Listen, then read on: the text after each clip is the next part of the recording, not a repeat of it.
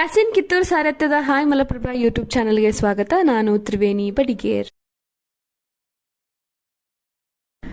ದಿನಾಂಕ ಮಾರ್ಚ್ 1ರಂದು ಶನಿವಾರ ಬಿಎಸ್ಎಫ್ನಲ್ಲಿ ಸೇವೆ ಸಲ್ಲಿಸಿ ಸಿಯಾಚಿನ್ದಿಂದ ಮರಳಿ ತಾಯ್ನಾಡಿಗೆ ಬಂದ ನಿಂಗಪ್ಪ ಮಾಚಯ್ಯ ಮಡಿವಾಳರ್ ಅವರನ್ನು ಮಲ್ಲಮ್ಮನ ಬೆಳವಡಿ ಗ್ರಾಮಸ್ಥರು, ಗೃಹ ಹಿರಿಯರು, ಗೆಳೆಯರು, ಸಹೋದರ ಸಹೋದರಿಯರು, ನಿವೃತ್ತ ಸೈನಿಕರು ಎಲ್ಲರೂ ಸೇರಿ ಆತ್ಮೀಯವಾಗಿ ಸ್ವಾಗತಿಸಿಕೊಂಡರು. ಗ್ರಾಮದ ಎಲ್ಲೆಡೆ ಮೋಟಾರ್ ಬೈಕ್ ರ್ಯಾಲಿ ಮುಖಾಂತರ ಬಸ್ ಸ್ಟ್ಯಾಂಡ್ನಲ್ಲಿದ್ದ ಮಲ್ಲಮ್ಮ ವೃತ್ತಕ್ಕೆ ಬಂದರು.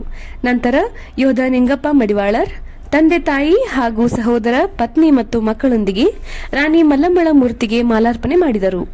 ಎಲ್ಲರೂ ಬೋಲು ಭಾರತ್ ಮಾತಾ ಕಿ ಜೈ ಎಂದು ಜಯಘೋಷ ಹಾಕಿದರು. ನಂತರ ಸ್ವಾತಂತ್ರ್ಯ ಸೇನಾನಿ ವೀರಯೋಧ ಸಂಗೊಳ್ಳಿ ರಾಯಣ್ಣನವರ ಮೂರ್ತಿಗೆ ಮಾಲಾರ್ಪಣೆ ಮಾಡಿದರು.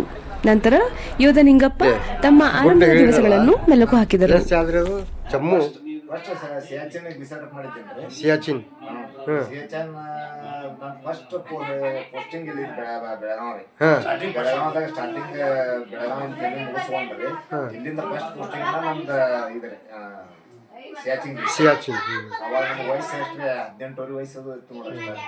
ಭಾಳ ಓಡ್ ಬರ್ತೇವೆ. ಈಗ ನೀವು ಅಂದ್ರಲ್ಲ ಗುಡ್ಡ ಈಚೆ ಕಡೆ ಯಾವ್ದೈತಿ, ಈಚೆ ಕಡೆ ಅಲ್ಲಿ ಯಾವ ಬೌಂಡ್ರಿ ಅಲ್ರಿ?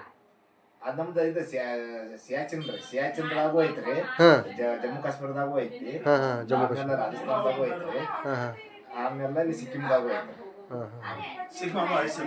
ಎಲ್ಲ ಓವರಾಲ್ ಎಲ್ಲ ಅದೇ ಹೆಚ್ಚು ಫಿಲ್ ಪೋಸ್ಟಿಂಗ್ ಕಟ್ ಮಾಡಿ